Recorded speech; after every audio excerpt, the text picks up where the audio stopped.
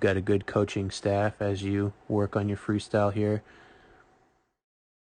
All the way out here. And if you see where your shoulder line is right about here. And what you have down here, you're about 38 degrees outside of your shoulder line. So if you think in terms of your power line, which is right here on this blue line, think about doing a pull-up.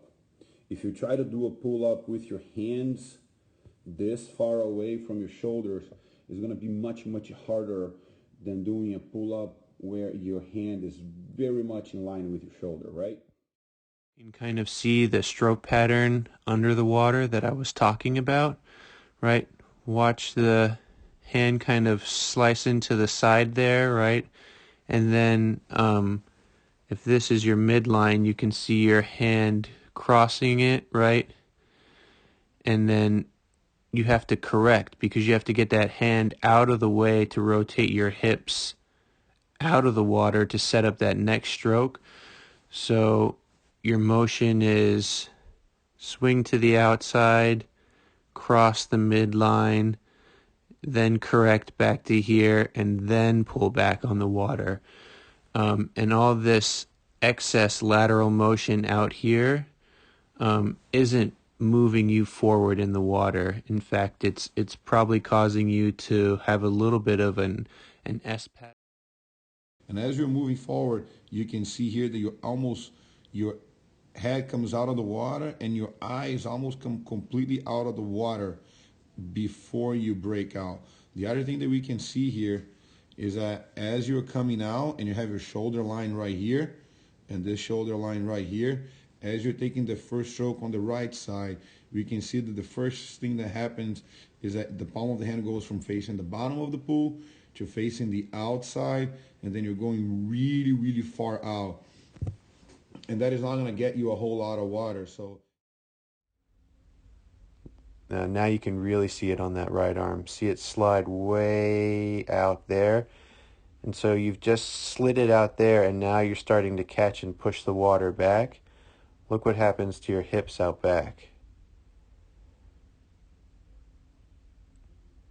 Right? Then you can see that big shift in that direction with your hips, and then the feet are soon to follow. And I know I've said it a bunch of times in this video, but that's definitely accounting for kind of looking like this as you move through the water.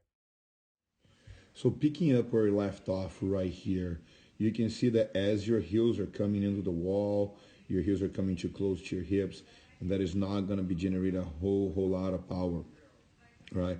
So if you can keep that idea right here, this is actually a very good line between your thigh and your leg, right? 69 degrees is not bad. Ideally, we want a little bit closer to 90 degrees, but as you can see, and by the time your heels hit the water right here, it's a very, very, very tight angle, right? Only 39 degrees. We want to be almost 3 times as more, so by the time you hit the wall, you can generate some power to it.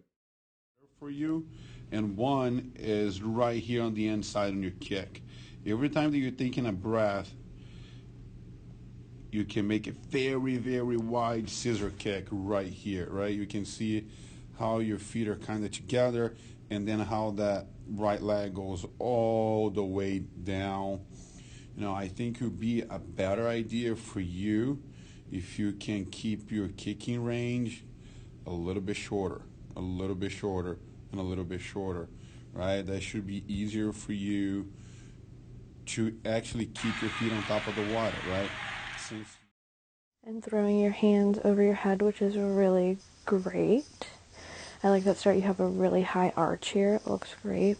One thing that I want you to think about is when you're doing your backstroke start is watch your feet as they kind of drag along the surface of the water here. And I want you to try to get a little bit more power on your jump so you're not dragging your feet. Here on the left side, you do a fantastic job with it. See how you're coming up, and that is a great angle. That's very similar to what I drew right a little bit ago, right? You have a very good angle on recovering here, and as you can see, the distance between the entry point from your left arm and your head is significantly bigger than the distance between your entry point and your right hand. See here, grabbing that water on the down kick, and then really trying to flick your feet forward on the up kick. One thing I also noticed on that up kick is that your feet, on the up kick, your feet are turned in towards one another, so you're increasing surface area, so you're moving through the water really well on your dolphin kick. Right here, this is a very good shot.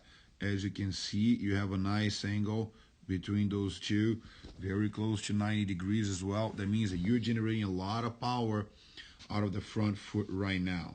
The one thing that we want to make sure that we do is when we are doing that, you also want to make sure that there's another 90-degree angle between your thighs and your core. As you can see, you're very close right here. Ideally what we want to see is the 90-degree angle between your thigh and your leg,